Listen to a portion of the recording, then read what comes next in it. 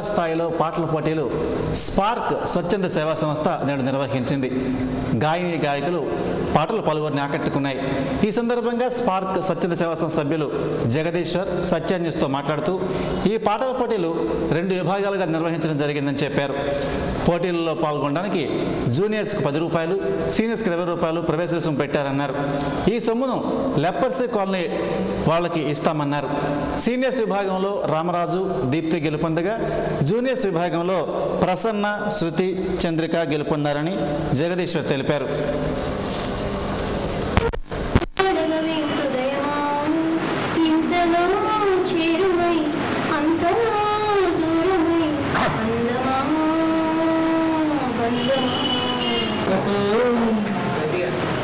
చూడు చూడకపో నీ చూస్తూనే ఉంటా, మాట్లాడి వాడకపో మాట్లాడుతూనే ఉంటా,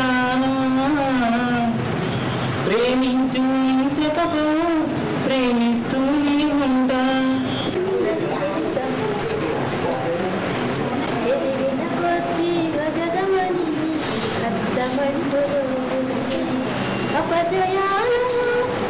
అప్పారావు కరెంట్ సొసైటీ స్పార్క్స్ ఆధ్వర్యంలో ఈరోజు 60వ స్వాతంత్ర దినోత్సవాన్ని పురస్కరించుకొని వాయిస్ ఆఫ్ విజయనగరం అనే పాటల పోటీని కండక్ట్ చేయడం జరిగింది.